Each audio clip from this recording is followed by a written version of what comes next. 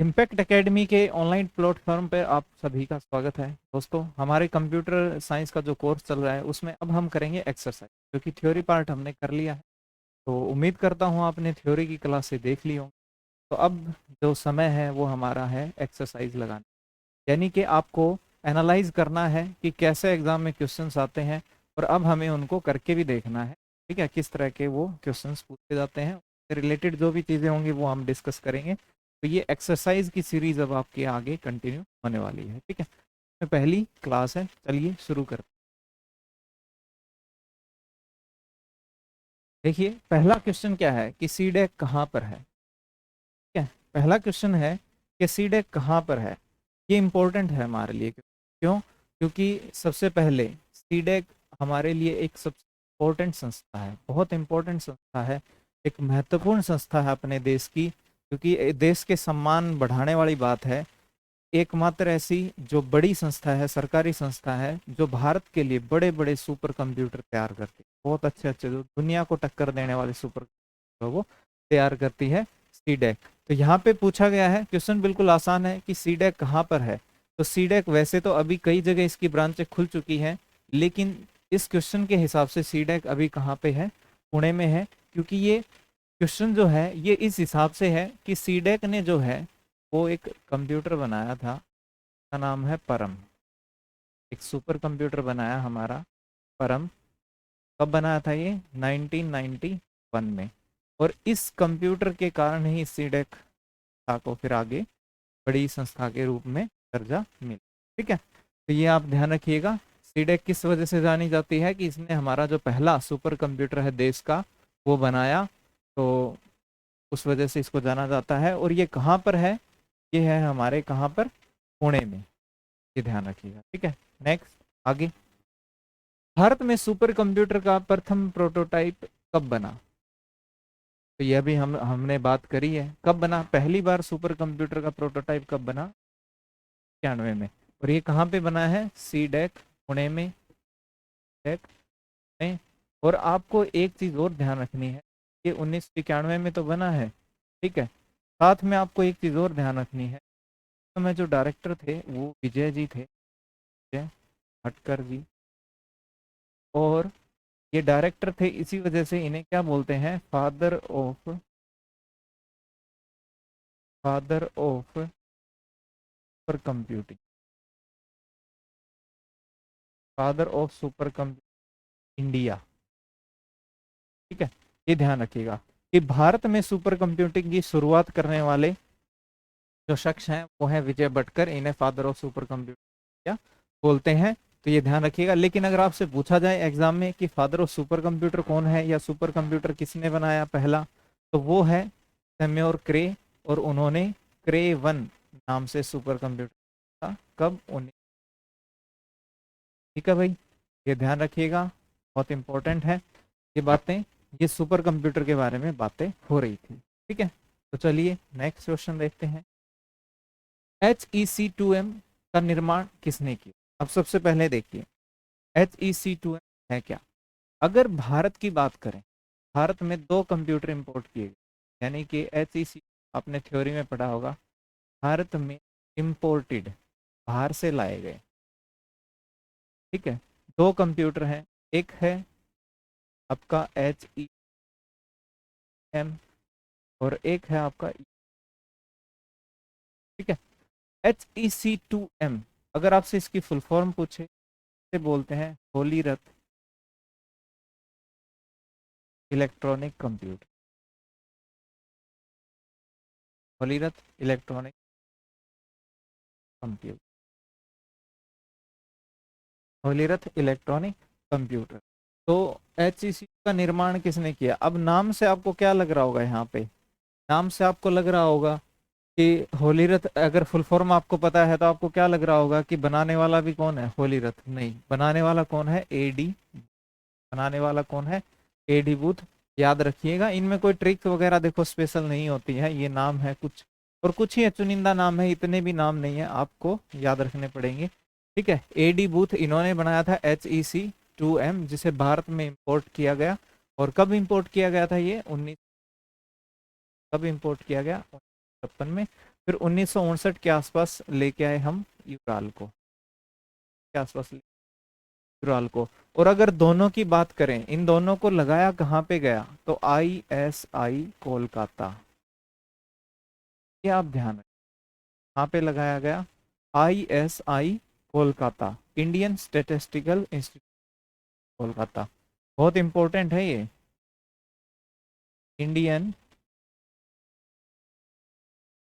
Statistical institute. फिर ये सांख्यिकी स्थान भारत का, ठीक है, जो जनसंख्या गणना या ये जो कैलकुलेशन स्टेटिस्टिक्स रिलेटेड काम जो है भारत के लिए, भारत सरकार के लिए ये संस्था करती है। तो पहला इन्होंने इंपोर्ट किया था HEC2 जो 1956 में वहां पे लगा था, फिर यूराल इन्होंने वहां पे मंगवाया। तो ये दोनों ही भारत के इंपोर्टेड है। तो आपसे पहला पूछा जाए HEC2 और दूसरा पूछा जाए यूराल, ठीक है, ये ध्यान रखिएगा। और यहाँ पे एक ऑप्शन है जॉन नेपियर। जॉन नेपियर ने क्या बनाया था, नेपियर बोन्स मशीन, बोन, ये सन 1617 में बनाई गई थी। और इस मशीन में खास बात ये थी, हड्डियों की रोड का इस्तेमाल हुआ था, हड्डियों की रोड का इस्तेमाल हुआ।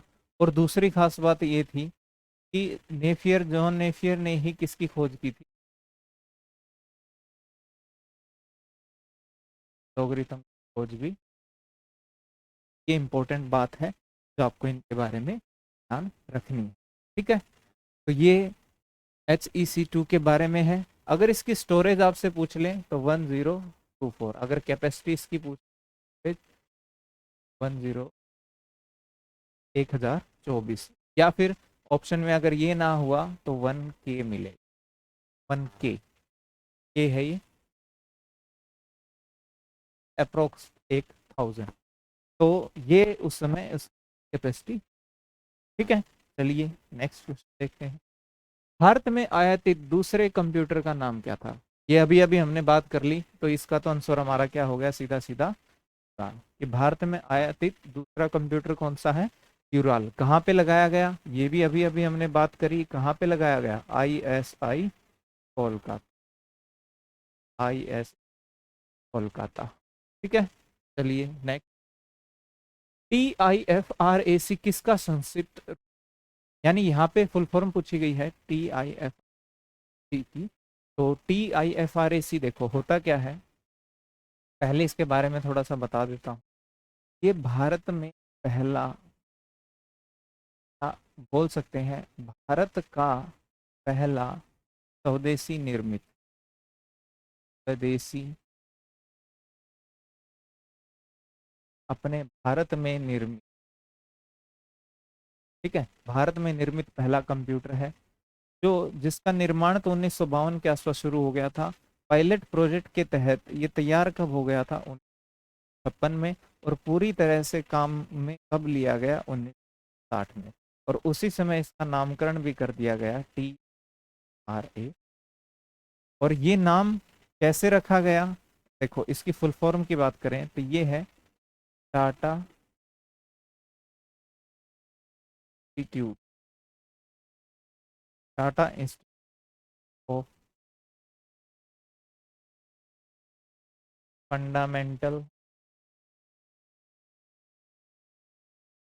Research, automatic calculate, automatic. अब ये आपको ध्यान रखना है कि अब आपसे पूछ भी लें कि भाई कब आया था ये, तो 1956 में। और कब पूरी तरह से कामयाब हुआ, 1960 में। बनाने वाला कौन है, तो नाम अब पता लग ही गया आपको, क्या, टाटा। इसने बनाया है Tata institute of fundamental research, TIFR, इसने बनाया है Tata institute of fundamental research. और आगे इसकी फुल फॉर्म क्या बन रही है, ऑटोमेटिक कैलकुलेटर, ऑटोमेटिक कैलकुलेटर। अब एग्जाम में अगर इसकी फुल फॉर्म आ जाए, ठीक है, इसके एग्जाम में अगर फुल फॉर्म आ जाए तो C का मतलब यहाँ पे कंप्यूटर नहीं है, कैलकुलेटर है। और ये भारत का पहला क्या है, कंप्यूटर है, ठीक है, भारत का पहला निर्मित कंप्यूटर है, ये आप ध्यान रखें। इस तरह के सवाल जो है वो, ठीक है। आगे नेक्स्ट बढ़ते हैं, नेक्स्ट क्वेश्चन पे। चलिए आगे देखिए,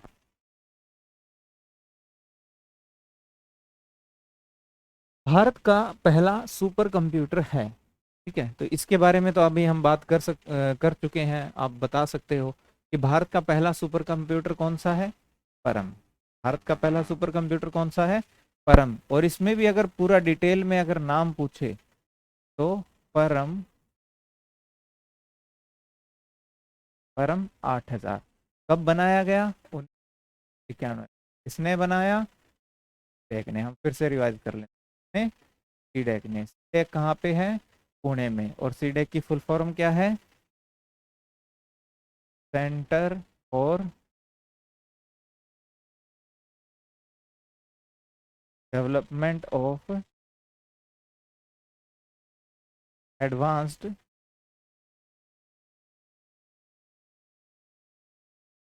है, ध्यान रखिएगा, फुल फॉर्म भी आती है पेपर में। क्योंकि जैसे अभी स्टार्टिंग में आपने देखा कि पूछा था कि ये जो है कहाँ पे अवस्थित है, कहाँ पे है ये आपका जो सीडेक है, तो फुल फॉर्म भी आपकी पूछ सकते हैं, इम्पोर्टेंट है। और एक मज़ेदार बात बताता हूँ, उस समय क्या था कि जब ये सुपर कंप्यूटर बनाया गया तो सीडेक के पास अपना जो है कोई बिल्डिंग भी नहीं थी। उन्होंने पुणे की जो यूनिवर्सिटी थी वहीं पे कुछ जगह लेके और वहीं पे इसमें कुछ थोड़ी सी जगह में ही ये पूरा सिस्टम तैयार कर दिया था। तो ये हमारे लिए बहुत गर्व की बात है देश के लिए, कि आपको ध्यान। आगे, नेक्स्ट, आर्टिफिशियल इंटेलिजेंस के जनक के रूप में किसे जाना जाता है? देखिए, आर्टिफिशियल इंटेलिजेंस, सबसे पहले बात करते हैं एआई की। आर्टिफिशियल इंटेलिजेंस, आर्टिफिशियल इंटेलिजेंस, स्वचालित मशीन, यानी कि इंटेलिजेंट मशीन। यहाँ पे बात क्या हो रही है कि ऐसे कंप्यूटर जो जो हमने निर्देश दिए हैं, यानी कि जो हमने कमांड दी है कि भाई आप ये काम करोगे, वो तो करेंगे ही, लेकिन कुछ काम हो वो खुद से भी करेंगे, यानी खुद भी वो स्मार्ट एक्ट करेंगे, यानी कि डिपेंडिंग अपॉन द सिचुएशन वो अपना कुछ ना कुछ करेंगे। जैसे कि हम एक एग्जांपल ले लेते हैं कि आपके घर में जैसे अगर एसी लगा हुआ है, ठीक है, एसी लगा हुआ है और आपको उसका टेम्परेचर कम ज़्यादा करना है, तो आप रिमोट को ढूंढेंगे और टेम्परेचर उसका कम ज़्यादा करेंगे। एक कुछ ऐसा हो जाए कि या तो वो आपकी आवाज़ से ही कि भाई आप बोलो कि एसी का टेम्परेचर सेट, टेम्परेचर दिस, कि भाई इतना टेम्परेचर सेट कर दो, आपके बोलने से वो सेट कर दे, या फिर वो ऑटोमेटिक आपका वो करे कि टेम्परेचर जो रूम का है उसके अनुकूल अपने आप कम ज़्यादा करता रहे। ये एक एग्जांपल है। इसके अलावा और भी बहुत सारे रियल लाइफ में आप बहुत सारे एग्जांपल्स देख रहे हो आर्टिफिशियल इंटेलिजेंस के। तो यानी कि कंप्यूटर जो है हमारे, उनको इंटेलिजेंट हम बना रहे हैं ताकि वो कुछ काम खुद से भी करते रहें, सारा समय हम कमांड ना देते रहे उनको बार बार बार बार, जितनी हमें देनी है कमांड दे, खुद वो खुद से भी कर ले। ठीक है, अब यहाँ पे किसको जाना जाता है? जॉन मैकार्थी को जो है, वो जॉन मैकार्थी को है आर्टिफिशियल इंटेलिजेंस के फादर के रूप में जाना जाता है। और एक खास बात यह है कि ये एक प्रोफेसर थे, कंप्यूटर साइंस प्रोफेसर थे, बहुत अचीवमेंट्स हासिल की, कंप्यूटर साइंस के प्रोफेसर थे। कंप्यूटिंग में इनका बहुत बड़ा योगदान रहा। इन्होंने कुछ ऑटोमेटिक गेम्स भी बनाए थे चेस वगैरह खेलने के। ये लगभग 50 से 60 के दशक की बात है, 1950 के बाद की बात है, 1950 के बाद से और लगभग 1960 के आसपास के आसपास।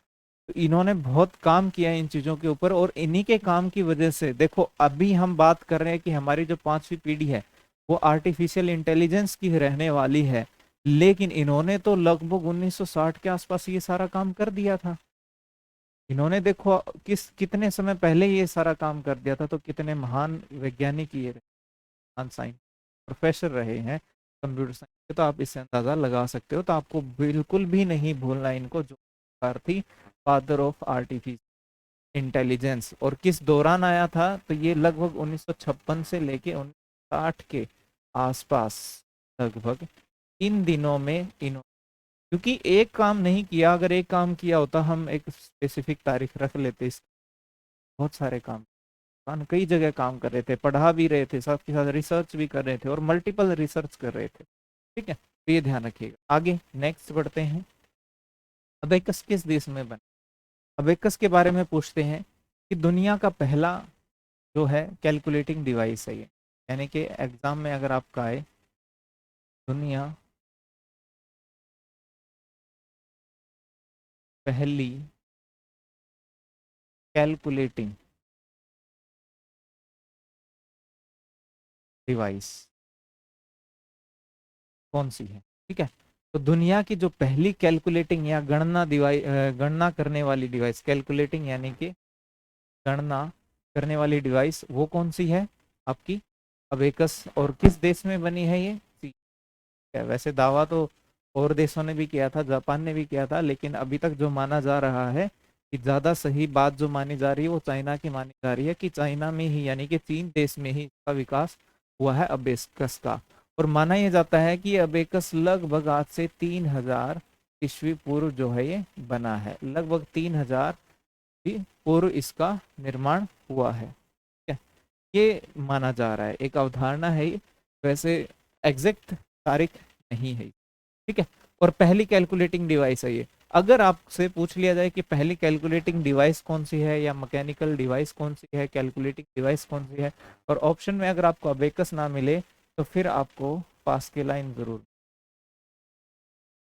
ये भी आगे आएगा, इसके बारे में भी बात करेंगे। ठीक है? ये भी एक कैलकुलेटिंग डिवाइस है पहली, और इसे तो पहली कमर्शियल भी बोला गया है, पहली व्यापारिक, कमर्शियल। देखिए मैं हिंदी और इंग्लिश दोनों वर्ड यूज कर रहा हूँ, क्योंकि कंप्यूटर को अगर आप बिल्कुल भी हिंदी में पढ़ोगे तो भी दिक्कत आएगी, और बिल्कुल इंग्लिश में भी पढ़ोगे तो भी दिक्कत आएगी। आपको दोनों तरीके से इसको समझना होगा, हिंदी और इंग्लिश, इसलिए मैं दोनों को मिक्स कर चलता हूँ ताकि समझना जो है वो इसको आसान हो। ठीक है, तो ये बात थी अबेकस की, 3 देश में इसका। उसके बाद देखिए नेफियर बोन्स क्या कर सकता था। ठीक है, नेफियर बोन्स क्या कर सकता, इनमें जोड़ कर सकता था, घटा कर सकता था, गुणा व भाग कर सकता। तो नेफियर बोन्स जो है ये सभी काम, नेफियर बोन्स ये सभी काम कर सकता था। अभी अभी आया है, किसने बनाया तो जॉन नेपियर ने बनाया है, जॉन नेपियर ने। अगर हिंदी एग्जाम में आपको ऐसे, कब 19, कब बनाया है? 1670, कब बनाया है? 16। ठीक है, ये नेपियर बोन्स घटा गुणा व भाग सभी कर सकता। आगे नेक्स्ट, इनमें से किसे एडिंग मशीन बोला जाता है? एडिंग मशीन किसका दूसरा नाम है? Pascal line. एडिंग मशीन किसका दूसरा नाम है? पास्कल लाइन का। और इस मशीन का निर्माण कब हुआ? 1600, कब हुआ इसका निर्माण? 1642 में। और ये मशीन भी आपकी जोड़, घटा, गुणा और भाग सभी काम कर सकती, ये मशीन भी आपकी जोड़, घटा, गुणा, भाग सभी काम जो है कर सकती थी, ये ध्यान रखिएगा। और ये कब आई? 1642 में। और इसे बनाया किसने था पास्कल लाइन को? Blaise Pascal. निर्माता कौन है? ब्लेज पास्कल, ब्लेज पास्कल, ये ध्यान रखिएगा, ब्लेज पास्कल। ठीक है, इसके निर्माता रहे हैं। और ये पहली व्यापारिक, अभी अभी मैंने जिक्र भी किया था, पहली मैकेनिकल, अगर अपेकस ऑप्शन में तो पहली मैकेनिकल भी, या अगर बोल दें कि पहली व्यापारिक मशीन, पहली व्यापारिक, तो वो आपकी है कौन सी? पास्कल। ठीक है, नेक्स्ट आगे बढ़ते हैं। आगे देखिए पास्कल लाइन की खोज किसने की? अभी अभी जिक्र हमारा चल ही रहा था, किसने की? ब्लेज पास्कल है, ब्लेज पास्कल ने। कुछ नाम और दिए हैं ऑप्शन में, इन पे भी हम थोड़ा प्रकाश डाल लेते हैं, विचार कर लेते हैं। जैसे कि एलन ट्यूरिंग, इनको बोला जाता है father of modern computer, father of computer. Turing machine बनाई थी, और इन्होंने जो ट्यूरिंग मशीन बनाई थी उसमें जो जॉन मैकार्थी, जिन्हें हमने बोला था ना कि फादर ऑफ आर्टिफिशियल इंटेलिजेंस है, वो भी इनके साथ थे। ठीक है, तो एलन ट्यूरिंग ने बनाई, इन एलन ट्यूरिंग को बोला गया फादर ऑफ मॉडर्न कंप्यूटर, और चार्ल्स वेवेज को बोलते हैं फादर ऑफ कंप्यूटर, को बोलते हैं फादर ऑफ कंप्यूटर, कंप्यूटर पिता में। क्योंकि इन्होंने 2 मशीनें ऐसी बनाई थी जिनके बाद जो है काफी बदलाव आया कंप्यूटर, और ये वैसे कंप्यूटर साइंस के नहीं, ये मैथमेटिशियन थे एक। ठीक है, चार्ल्स बेबेज जो है एक मैथमेटिशियन। जॉन वॉन न्यूमन का अगर जिक्र आया पेपर में तो आपसे पूछा जाएगा कंप्यूटर के डेवलपमेंट में, कंप्यूटर के डेवलपमेंट या विकास में अधिक योगदान, सर्वाधिक या अधिक योगदान किन का है? तो वो है जॉन, ठीक है, जॉन वॉन न्यूमन का। और ये जो आर्किटेक्चर है कि ये आपकी जैसे डिवाइस है, ठीक है, ये इनपुट डिवाइस है, ये यहाँ पे आपका सीपीयू, ये यहाँ पे और ये आपका आउटपुट है यहाँ पे। ये जो डिज़ाइन है, ये आर्किटेक्चर है, ये इन्होंने ही बनाया है। ठीक है, ये जो डिज़ाइन है, ये आर्किटेक्चर है, ये इन्होंने ही बनाया है। जॉन वॉन न्यूमन आर्किटेक्चर के नाम से इसको जाना जाता है। ठीक है, तो ये ध्यान रखिएगा। नेक्स्ट आगे, पास्कल लाइन की खोज कब हुई? तो ये अभी हम बात कर चुके हैं। पास्कल लाइन की खोज कब हुई है? 1642 में। देखो रिलेटेड क्वेश्चन लिए हैं ताकि क्या हो कि मैं पहले आपको बता भी रहा हूँ, साथ के साथ आपको याद भी होता रहे। ठीक है, 1642। उसके बाद कंप्यूटर का पितामह किसे कहा जाता है? अभी अभी जिक्र हुआ, कंप्यूटर का पितामह किसे कहा गया है? किसको कहा गया है? चार्ल्स बेबेज को कहा गया है, चार्ल्स बेबेज को। और सी और डी में तो कुछ नहीं है कि दोनों एक ही नाम है। उसके बाद देखो यहाँ पे एलन ट्यूरिंग, ये क्या है? Father of modern computer. इन्होंने क्या बनाई है? ट्यूरिंग मशीन, ट्यूरिंग मशीन, ध्यान रखिए। ठीक है, आगे बात करें नेक्स्ट, डिफरेंस इंजन कब बना? देखिए, डिफरेंस इंजन की बात करें तो आप यहाँ पे ध्यान देना, दो मशीनें हैं, एक है डिफरेंस इंजन, ठीक है, एक है डिफरेंस और एक है एनालिटिकल इंजन। है डिफरेंस इंजन और एक है, ये दोनों जो हैं ये किसने बनाए हैं? Charles Babbage, Charles Babbage. Charles Babbage ने इन दोनों को बनाया है। और इसी वजह से, अच्छा, इनमें भी अगर देखा जाए तो डिफरेंस इंजन जो है वो कब बना है? 1822 में। और एनालिटिकल इंजन कब बना? 1833 में। ये 1833 में बन के तैयार हो गया था। पूरी तरह काम में कब आया? 1800, पूरी तरह काम में कब आया? 1837 में। अब यहाँ पे ध्यान रखना आप कि एनालिटिकल इंजन की वजह से इन्हें कंप्यूटर का पितामह कहा जाता है। ठीक है, कंप्यूटर का पितामह कहा जाता है या पितामह कहा जाता है, किसकी वजह से? एनालिटिकल इंजन की वजह से। क्योंकि जो ये डिजाइन था, अभी हमने बात करी ना, जॉन वॉन न्यूमन का जो ये आर्किटेक्चर था जिसमें ये था, इनपुट है, आउटपुट है, मेमोरी यूनिट है, सीपीयू यूनिट है, ये यूनिटें होंगी, ये जो कॉन्सेप्ट है वो इस मशीन से आया था। ठीक है, ये यूनिट वाला कॉन्सेप्ट कहाँ से आया था? इस मशीन से। और इसी से चलते चलते फिर इसी मशीन को स्टडी करते करते आगे सारी मशीन, इसीलिए क्या बोल दिया इनको? Father of computer. ठीक है, ये ध्यान रखिएगा। उसके बाद नेक्स्ट, एनालिटिकल इंजन कब बना? की बात अभी है, एनालिटिकल इंजन कब बना है? 1833 में, 1833 में। हाँ, यहाँ पे एक चीज ध्यान रखिएगा, अगर एग्जाम में एग्जामिनर ने 1833 नहीं दिया तो फिर आपको मिलेगा 1800 जो, ठीक है, 1837 को भी करेक्ट माना जाएगा। क्योंकि मैंने रीजन आपको बता दिया है कि तैयार कब हो गया था? 1833 में, लेकिन पूरी तरह काम में कब आया? 18। और बनाया किसने है? Charles Babbage. बनाया किसने? Charles Babbage. हम कंप्यूटर का पिता कहते हैं, फादर ऑफ कंप्यूटर। आगे देखो, स्टोर्ड प्रोग्राम कॉन्सेप्ट वाला पहला कंप्यूटर कौन सा है? अब सबसे पहले तो देखें ये स्टोर्ड प्रोग्राम कॉन्सेप्ट जो दिया किसने? तो ये उन्हीं ने दिया है जिनका हमने जिक्र किया था ना, जॉन वॉन, और जो मैन थे जॉन वॉन न्यूमन, इन्होंने ही ये कॉन्सेप्ट दिया था। और इन्होंने क्या कहा था कि जितना भी आपका डाटा है, ठीक है, प्लस इंस्ट्रक्शन, यानी जो भी कंप्यूटर को काम करना है, इंस्ट्रक्शन क्या होता है, देखो निर्देश, देश अनुदेश बोल देते हैं, यानी कंप्यूटर को जो काम करना है वो, अब वो जो काम करना है वो प्लस जिस डाटा पे काम होना है वो, दोनों जो है वो एक ही मेमोरी में रहेंगे, इनको सेम मेमोरी में स्टोर करेंगे और फिर यहाँ से रन करेंगे, तो इससे क्या होगा, कंप्यूटर की स्पीड जो है बहुत बढ़ जाएगी। तो ये जो कॉन्सेप्ट है जॉन वॉन न्यूमन ने दिया था, इसीलिए बोला कि भाई इनका जो है वो, इनका जॉन वॉन न्यूमन का क्या है, अधिक योगदान है कंप्यूटर के विकास में, कंप्यूटर विकास में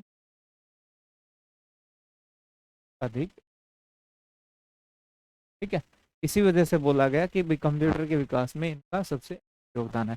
लेकिन अब सवाल क्या है, सवाल ये है कि इस कॉन्सेप्ट पर, जो कॉन्सेप्ट इन्होंने दिया, इस कॉन्सेप्ट पर आधारित पहला कंप्यूटर कब बना और कौन सा बना, तो वो है आपका एडवैक, ठीक है, वो है एडवैक, electronic discrete variable automatic computer, ठीक है। ये ध्यान रखिएगा, एडवैक 1952, साल भी आपको ध्यान रखना है, इसलिए मैंने सालों को भी ऑप्शन में लिया है, आपको ये ईयर भी ध्यान रखना है, ठीक है, ईयर भी ध्यान रखना है। और ऑप्शन की बात करें तो जैसे एनिएक है, ये पहला आधुनिक कंप्यूटर है, यानी पहला, अगर आपसे पूछे पेपर में कि पहला कंप्यूटर कौन सा है, तो वो है एनिएक। कब आया है ये, 1940 में, का पहला कंप्यूटर इसे माना गया है, या दुनिया का पहला इलेक्ट्रॉनिक माइक्रो कंप्यूटर इसे माना गया है, आधुनिक कंप्यूटर, ठीक है। उसके बाद एडवैक जो है आपका स्टोर्ड प्रोग्राम कॉन्सेप्ट वाला है, ठीक है। यूनिवैक की बात करें तो यूनिवैक जो है वो एनिएक का ही कमर्शियल वर्जन है, ठीक है, क्या है, एनिएक का ही कमर्शियल वर्जन है, ये ध्यान रखिएगा आप। अच्छा, अब रही बात निर्माणकर्ता की, तो ध्यान रखिएगा जो एनिएक और यूनिवैक है वो अभी लिख लेते हैं,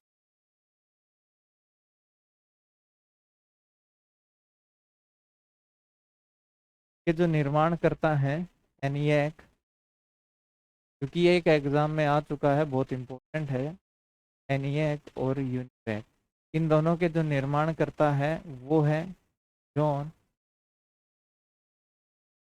मोकेली, जॉन मोकेली व जे एकर्ट, एकर्ट ऐसे लिख लिया हिंदी में, जे एकर्ट, ये ध्यान रखना, जॉन मोकेली और जे एकर्ट जो है वो इसके निर्माण करता है, यूनिवैक और, ठीक है, ये ध्यान रखिएगा। आगे देखते हैं, एबीसी कंप्यूटर के बारे में ये ध्यान रखना, अटान्स ऑफ बेरी कंप्यूटर इसको बोलते हैं, और इन्होंने दावा किया था कि ये पहला डिजिटल कंप्यूटर है, क्या पहला डिजिटल कंप्यूटर है, लेकिन दावा प्रूव नहीं हो पाया, और पहला माना किसको गया है, एनिएक को माना, ठीक है। आगे, कंप्यूटर में आईसी का आगमन कब से माना जाता है, यानी कि कंप्यूटर के अंदर आईसी, आईसी बोले तो आईसी चिप, आईसी चिप यानी कि इंटीग्रेटेड चिप,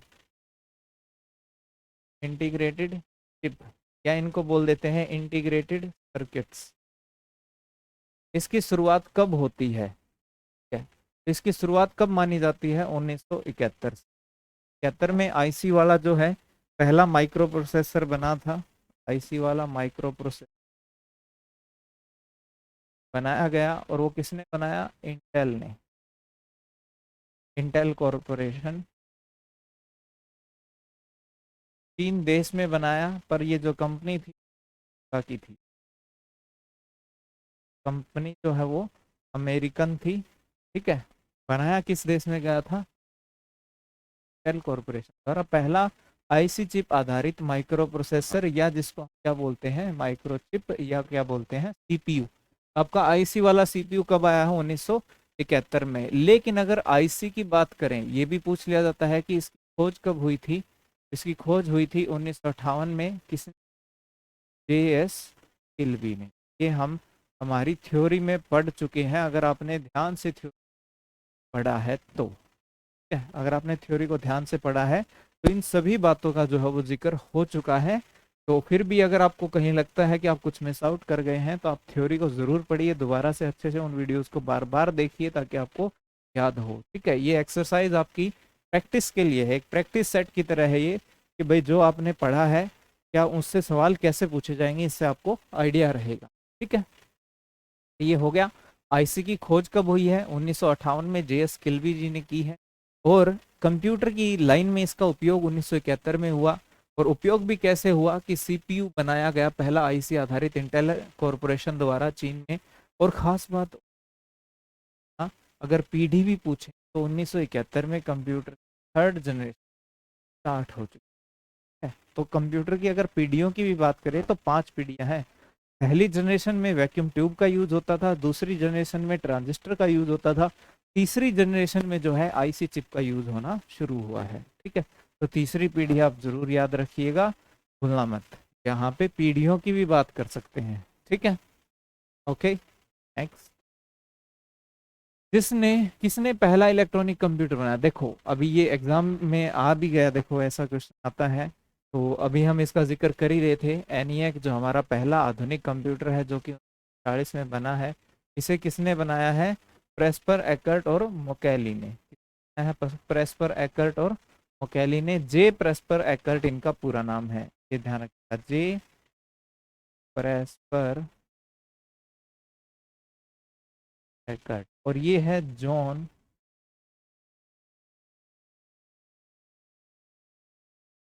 मोक।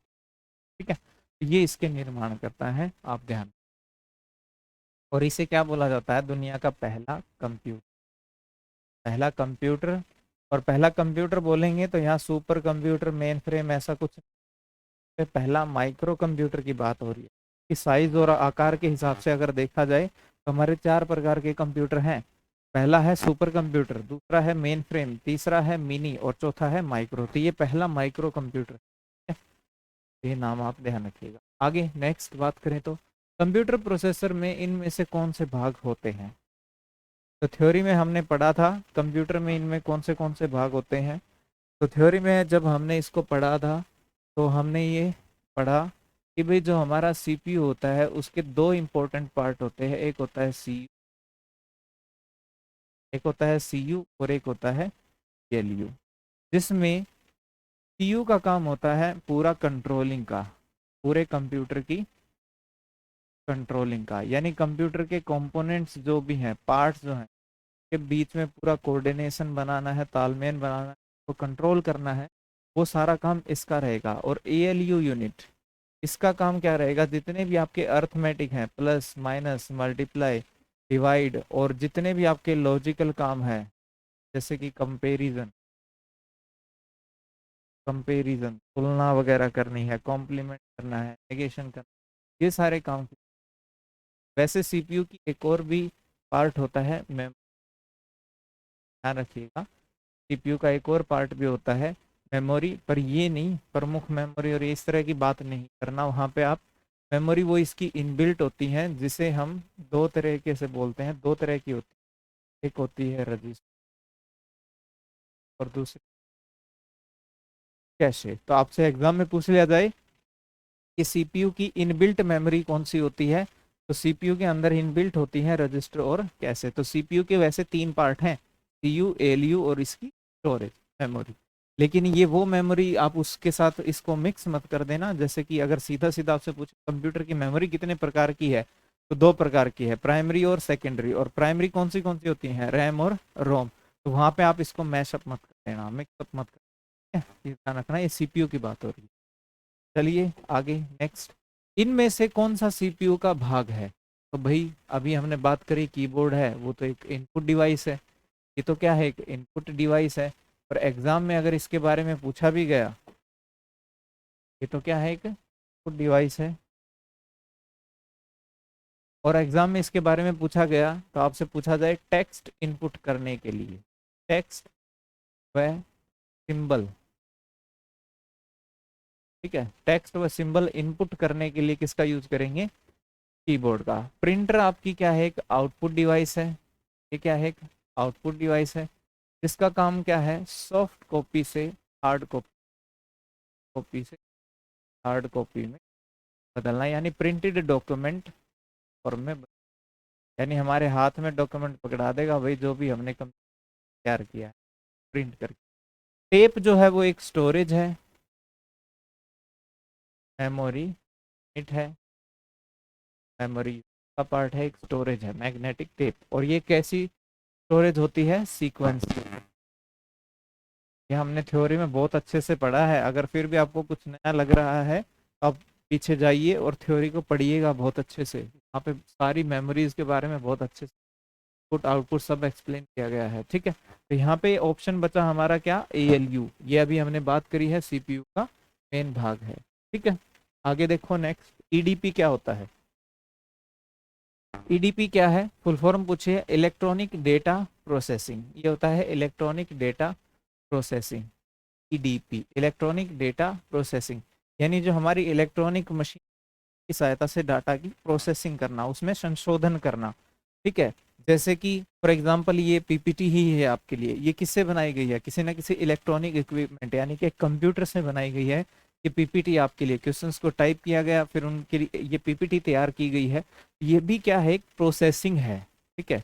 और ये जहाँ करी गई है उस रूम को बोलते हैं EDP सेल। तो आपने देखा होगा हमारे स्कूल, कॉलेज, यूनिवर्सिटी, एकेडमीज, जहाँ पे ये कंप्यूटर्स लगे होते हैं और ये हमारा टाइपिंग रिलेटेड जो वर्क होता है, उसके आगे लिखा होता है EDP cell, electronic data processing cell, जहाँ पे इलेक्ट्रॉनिकली डेटा को प्रोसेस किया जाता है या मैनेज किया जाता है, ठीक है। आगे देखिए, कंप्यूटर का दिमाग किसे कहते हैं?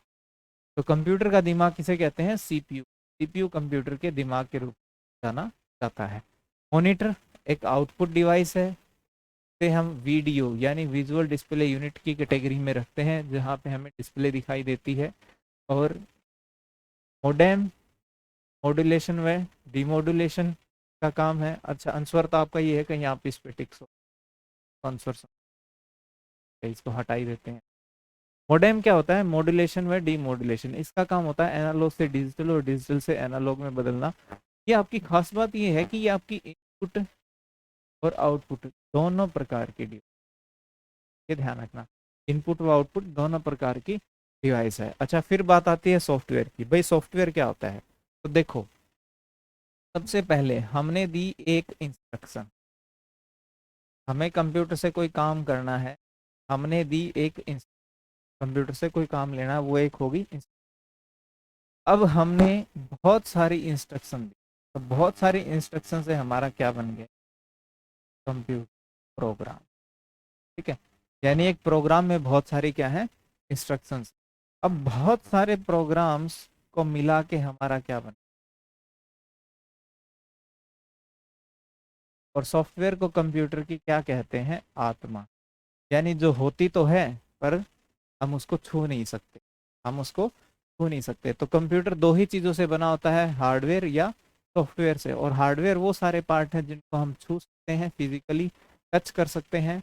लेकिन सॉफ्टवेयर क्या होता है? कंप्यूटर की आत्मा होता है कि हम छू नहीं सकते, पर उसके बिना हार्डवेयर भी काम नहीं करता, दोनों की जरूरत है, ठीक है। और यहाँ पे अगर बात करें तो आपका CPU, मॉनिटर, मोडेम, ये सारे क्या हैं? हार्डवेयर हैं। ये आपका कंप्यूटर के संदर्भ में, कंप्यूटर की बात अगर करें टर्म की, ALU का मीनिंग क्या है? ALU की यहाँ पे पूछा है फुल फॉर्म, वो होती है अरिथमेटिक लॉजिक, होती है आपकी अरिथमेटिक लॉजिक, ठीक है। और इसमें इंग्लिश वर्जन में अगर स्पेलिंग पे जाओगे आप, ध्यान रखना, एक मिलेगा आपको AIR और एक मिलेगा A। ये वाला ठीक है, आप इस पे ध्यान रख, स्पेलिंग पे ध्यान दीजिएगा। हिंदी में ठीक है, हिंदी में आपको अरिथमेटिक मिल गया है, यहाँ पे ध्यान रखिएगा। अर्थमेटिक और अरिथमेटिक दोनों में डिफरेंस है, ओके। ये ALU CPU का पार्ट हो गया। आगे देखते हैं, कंपेयर क्या होता है? कंपेयर क्या होता है? ये एक ALU का लॉजिकल कार्य है, यानी लॉजिकल वर्क है। किसका? CPU। CPU के अंदर क्या है? ALU। ALU के अंदर क्या है? LU यानी कि लॉजिक। और इसमें कंपैरिजन कैसे होगा? देखो, कंपैरिजन की बात करें, कंपैरिजन होती है तुलना। जैसे दो नंबरों के बीच में तुलना करनी है, क्या A B से छोटा है? क्या इस तरह से पूछ सकते, क्या A के बराबर है? इस तरह से पूछ, क्या A B के बराबर नहीं? ये तुलना कर रहे हैं हम, सारे कंपैरिजन कर रहे हैं। यहाँ पे क्या A less than equal to B है, इस तरह से ये भी क्या है, एक तुलना। तो ये इस तरह के जो कार्य हैं वो कौन करता है, एल यूनिट करता है, लॉजिकल। तो कंपेयर वही है, कंपेयर यानी कि कंपैरिजन जो है एक लॉजिकल काम है, तुलनात्मक काम है। एल यूनिट का काम है जो किसमें है, एलयू में है, और जो कि का पार्ट है, का पार्ट है। ठीक है, ये ध्यान रखिएगा। कॉम्प्लीमेंट भी आ सकता है यहाँ पे, कह दे नेगेशन या कॉम्प्लीमेंट किसका काम है, वो भी लॉजिक यूनिट का ही काम है। लेकिन जोड़ घटा गुणा भाग वो किसके काम है, ए यूनिट के काम है, ए यूनिट के। हाँ, ऑप्शन में ए यूनिट और एल यूनिट अगर अलग से ना हो तो आपका आंसर रहेगा ए एल, क्या तो रहेगा ए एल। ओके, आगे बढ़ते हैं। प्रथम गणना संयंत्र कैलकुलेटिंग डिवाइस है। देखो, अभी थोड़ी देर पहले हमने जिक्र किया था कि एग्जाम में इस तरह से आपसे पूछा जा सकता है कि पहली कैलकुलेटिंग डिवाइस कौन सी है।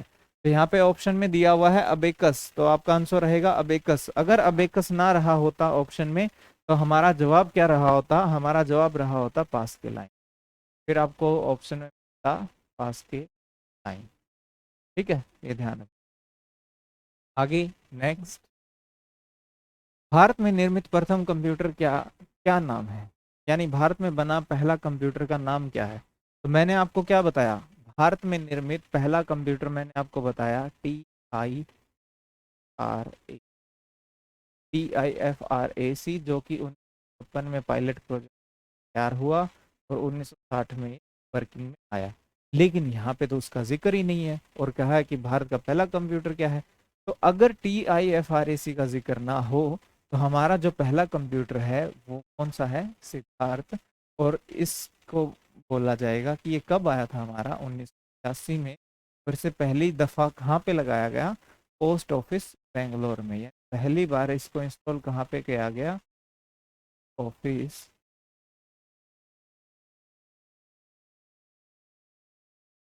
ठीक है, ये ध्यान रखें आप।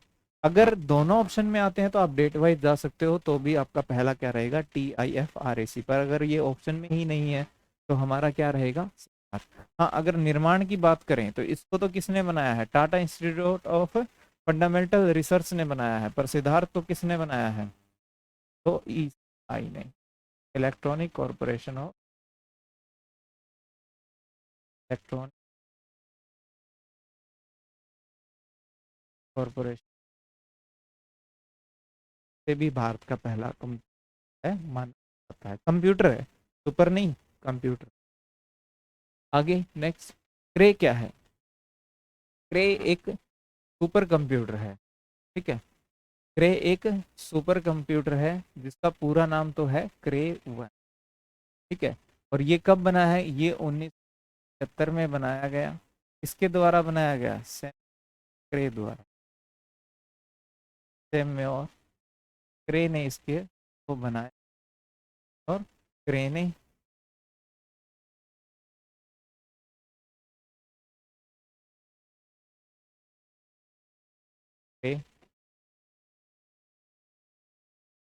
फादर ऑफ सुपर कंप्यूटर कहते हैं। ये पहला जो है सुपर कंप्यूटर है। लेकिन एक चीज जरूर ध्यान रखना, ये पहला सुपर कंप्यूटर तो है ही है,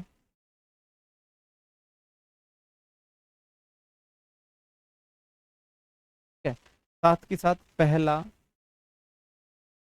सफल सुपर, सफल सुपर, पहला सफल सुपर कंप्यूटर भी ये है, पहला कामयाब सुपर। आगे नेक्स्ट, मल्टी प्रोग्रामिंग का जो प्रयोग है वो कंप्यूटर की किस पीढ़ी से प्रारंभ हुआ। देखो, मैंने आपको कहा था पीढ़ी के बारे में जरूर पढ़ना, पीढ़ियों की स्पेशल क्लास डाली हुई है मैंने, कंप्यूटर जनरेशन की स्पेशल क्लास डाली हुई है, आप उसको पढ़ना। अब जनरेशन की बात करें तो यहाँ पे इन्होंने क्या पूछा है, मल्टी प्रोग्रामिंग। अब आपको ध्यान रखना है, चाहे जिक्र हो multi user, multitasking, multi programming, और आपका मल्टी,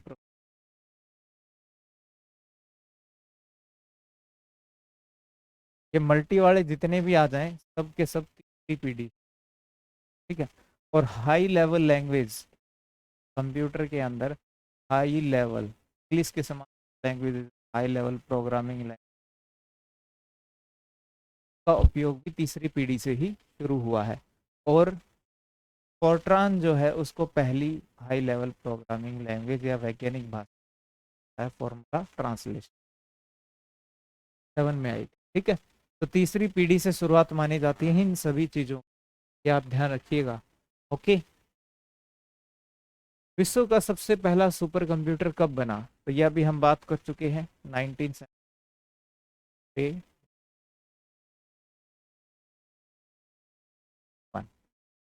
कार्य पत्ती के आधार पर कंप्यूटर में क्या है, मेन चीज क्या है कार्य पत्ती के आधार पे, देखो सीधा सीधा सा है, प्रकार पूछा है।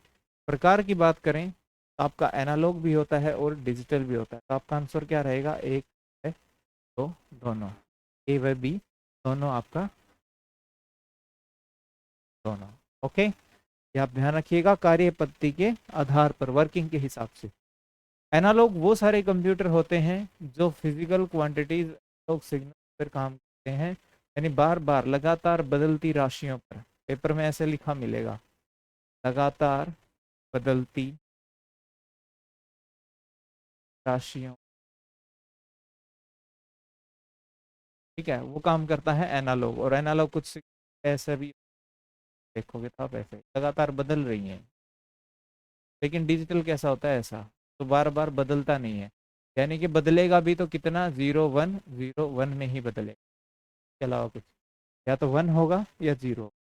तो वर्किंग के हिसाब से दो तरह के, तीन तरह के कंप्यूटर होते हैं, डिजिटल, एनालॉग, और एक ऐसे भी होते हैं जो एनालॉग प्लस डिजिटल दोनों का मिक्सचर होते हैं, क्या बोलते हैं, हाइब्रिड। और ये गवर्नमेंट एग्जाम में पूछा गया था कि हाइब्रिड कंप्यूटर कौन से होते हैं, तो एनालॉग और डिजिटल दोनों का मिक्सचर होते हैं, यानी कि जो लगातार बदलती राशियां हैं उन पे भी काम कर सकते हैं, और जो चेंज लगातार नहीं बदलती, फिक्स एक उस बदलती हैं, लिमिट में बदलती हैं, यानी कि डिस्क्रीट इनको बोलते हैं, उन पे जो काम करती है तो उन पे भी काम करते हैं, तो वो होते हैं हाइब्रिड। ठीक है, आगे देखिए, एनालिटिकल इंजन का निर्माण जो है वो किसने किया था, तो अभी हमने बात करी थी, किसने किया था, चार्ल्स बेबेज ने। क्या था, चार्ल्स बेबेज ने इसका आविष्कार किया था या निर्माण किया था एनालिटिकल इंजन का। और यही हमारे लिए आधुनिक कंप्यूटर की जो है नींव इसी कंप्यूटर से आई, इसीलिए इन्हें फादर ऑफ कंप्यूटर बोला गया। और यहाँ पे ध्यान रखना, अगर ऑप्शन ए की बात करें, एडा लवलेस, एडा लवलेस को ये पूरा नाम इनका जो है ना वो है एडा अगस्टा। और ये जो है इन्होंने, ये जो एनालिटिकल इंजन है इसी के लिए, एई एनालिटिकल इंजन के लिए ही प्रोग्रामिंग की थी,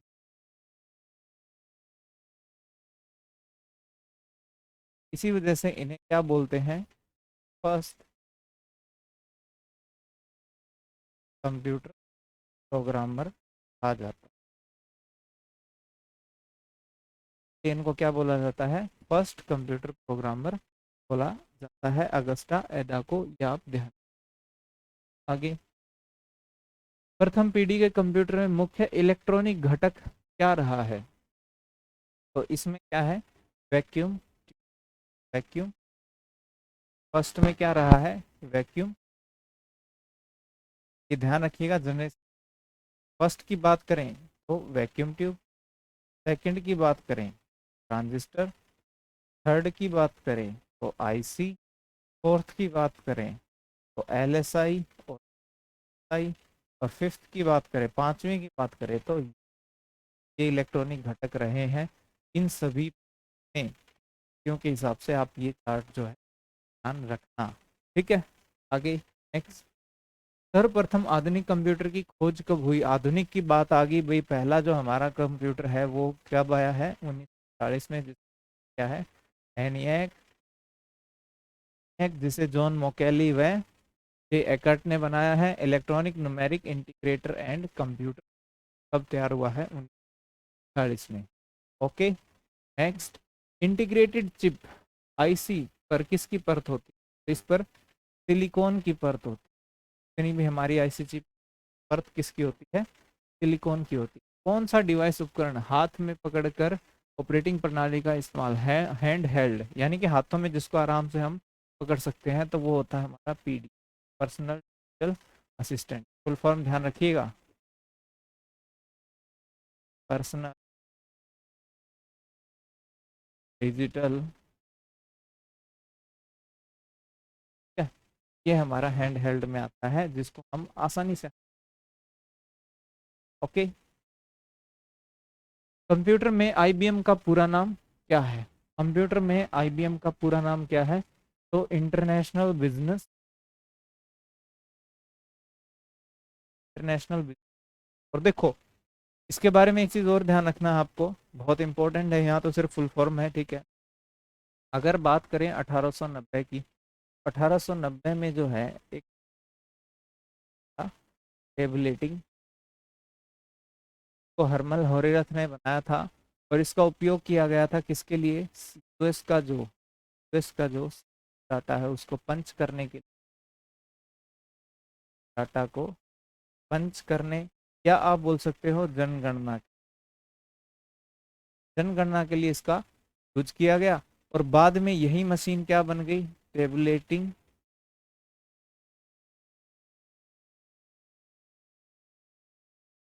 कंपनी, और बाद में इसका नाम बन गया टेबुलेटिंग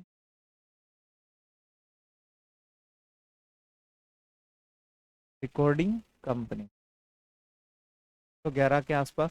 और फिर बाद में लास्ट में आकर बन गई है ये आईबीएम मशीन्स, ठीक है, बिजनेस मशीन्स। ये थी आज की हमारी एक्सरसाइज 1 जो हमने कर ली है कंप्लीट। उम्मीद करता हूँ आपको पसंद आई होगी, अच्छे अच्छे क्वेश्चंस आपके लिए सिलेक्ट करके लेके आए हैं ताकि आपकी तैयारी बहुत अच्छे से हो। और जितनी भी एक्सरसाइज की सीरीज अभी आने वाली है, वीडियोस आप देखने वाले हो, इसके लिए मैं आपको रेकमेंड करूंगा कि आप थ्योरी की क्लासेस पूरी की पूरी देखें, क्लासेस को अच्छे से रिवाइज करें, देखें, और फिर आप एक्सरसाइज की प्रैक्टिस, आपके कॉन्सेप्ट यहाँ पे बहुत अच्छे से। आज की इस क्लास में इतना हैं, नेक्स्ट क्लास में तक के लिए आप तैयारी करते रहें।